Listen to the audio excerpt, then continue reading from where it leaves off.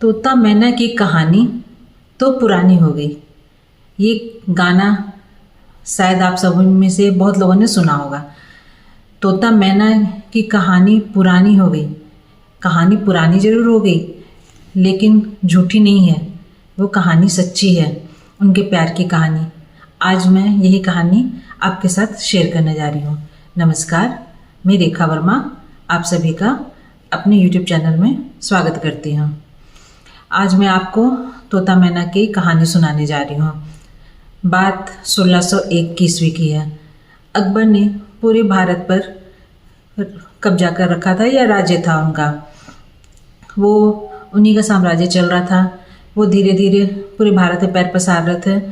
उन्होंने मध्य प्रदेश के बुरहानपुर में भी अपना साम्राज्य स्थापित कर लिया था।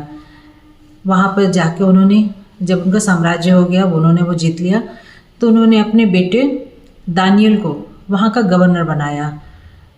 उनका बेटा दानियल अकबर की तरह परिपक्व नहीं था, या कहना चाहिए वो इतना समझदार नहीं था। इसलिए अकबर ने अपने दरबार के 9 रत्नों में से एक रहीम खान खाना को उसका सलाहकार बना के नियुक्त किया। रहीम के बारे में शायद आप लोगों ने सुना होगा।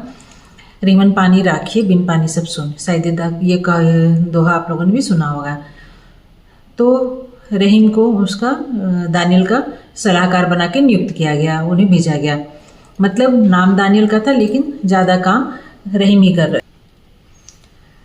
1603 में बुरहानपुर में पानी की भारी किल्लत हुई। सभी लोग परेशान होने लगे। एक प्रतिनिधि दल पहुंचा, रहीम के पास पहुंचा कि आप इस पानी की समस्या को दूर करें। रहीम खुद भी इस समस्या को दूर करना चाह रहे थे। उन्हें समझ नहीं आ रहा था कि वो दूर कैसे करें। उन्होंने सोचा कि क्या किया जाए। तब कुछ लोग आए उनके पास और उन्होंने इसका एक उपाय बताया। जो प्रतिनिधि दल उनसे मिलने आया, उन्होंने बताया कि यहाँ से कुछ दूरी पर एक फ़कीर रहते हैं, उनका नाम हजरत शाह लतीफ़ है। आप उनके पास जाएं और पैदल जाएं, तब शायद वो आपकी पानी की व्यवस्था कर सकेंगे, आपकी समस्या को दूर कर पाएंगे। रहीम जो कि बड़े आदमी थे, अकबर के खास थे, वहाँ के गवर्नर एक तरह से वही थे।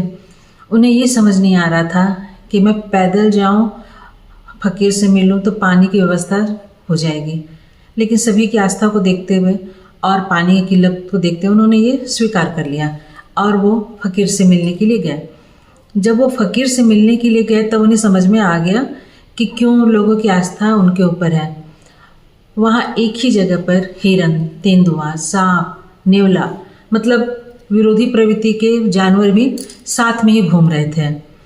उन्हें बड़ा आश्चर्य हुआ, क्योंकि ऐसा नज़ारा उन्होंने कभी नहीं देखा था। तभी फ़कीर अंदर से आए।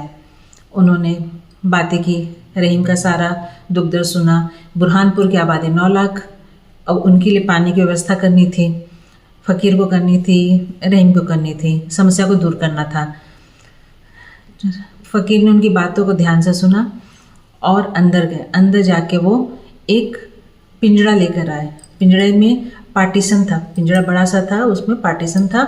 एक तरफ तोता और एक तरफ मैना थे। रहीम को बड़ा आश्चर्य हुआ कि जहाँ सारे लोग खुले में घूम रहे हैं, सांप, नेवला, हिरन, तेंदुआ सभी कोई घूम रहे हैं, वहाँ उन्होंने तोता मैना को क्यों बंद करके रखा है। लेकिन उन्हें कुछ नहीं कहा। वो चुपचाप उनकी बात सुन रहे थे, क्योंकि उन्हें पानी की व्यवस्था करनी थी। अब उस फ़कीर ने कहा कि मैं आपके सामने इस पिंजरे को खोलूँगा। पिंजरा खोलते ही ये तोता मैना उड़ जाएंगे। नेचुरल है, क्योंकि वो पंछी है, वो पिंजरे में बंद है।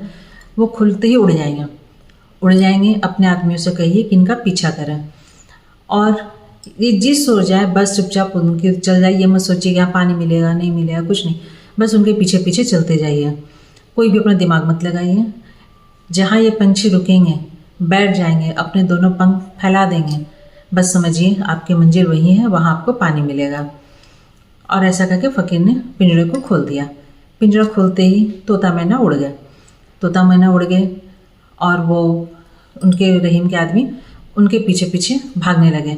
सबसे बड़ी आश्चर्य की बात थी कि वो सीधा ऊपर की तरफ जा रहे थे, मतलब पहाड़ की तरफ जा रहे थे तोता मैना। लेकिन चूँकि फ़कीर ने पहले ही कर दिया था कि अपना दिमाग नहीं लगाना है, जिधर ये जाएंगे उनके पीछे जाना है, तो रहीम के आदमी भी उनके पीछे चले गए। उनके पीछे पीछे वो जा रहे थे। उड़ते उड़ते तोता मैना एक पहाड़ी पर जाके बैठ जाते हैं और बैठ के अपने पंख को खोल लेते हैं। सभी को थोड़ा आश्चर्य हुआ कि इस पहाड़ पर कैसे पानी मिलेगा, लेकिन उन्होंने और तोता मैना उड़ गया। फिर उसके बाद वो उड़ गए। अब वो उनके रहीम के आदमियों ने वहाँ पर खुदाई शुरू की पहाड़ पर। उन्हें था ही कि अपना दिमाग नहीं लगाना, जो है बस करते आना है।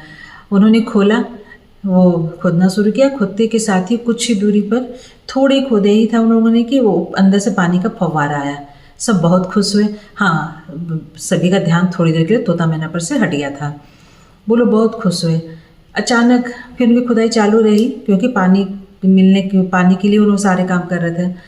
अचानक रहीम को याद आया कि वो तोता मैना कहाँ गए, क्योंकि वो फ़कीर की अमानत है। सभी ने उन्हें खोजना शुरू किया। अचानक किसी की नज़र पड़ी कि तोता मैना एक झाड़ी में मृत पड़े हुए थे और दोनों के पंख एक दूसरे के गले में लिपटे हुए थे। देखने में ऐसा लग रहा था कि जैसे उन दोनों ने एक दूसरे का गला दबा दिया हो।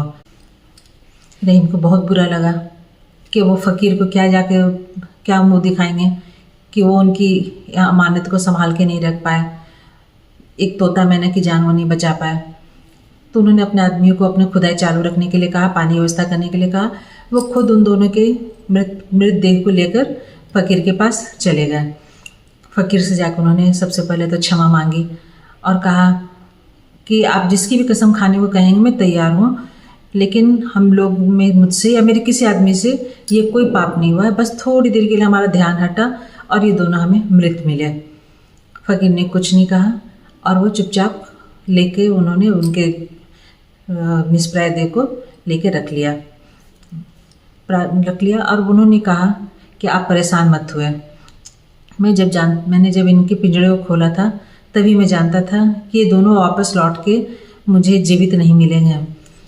अब रहीम को फिर आश्चर्य हुआ कि ऐसा क्यों। उन्होंने कहा कि कुछ दिन पहले की बात है, जिस चट्टान पर आपको पानी मिला उसी चट्टान पर ये दोनों मुझे छोटे छोटे मिले थे।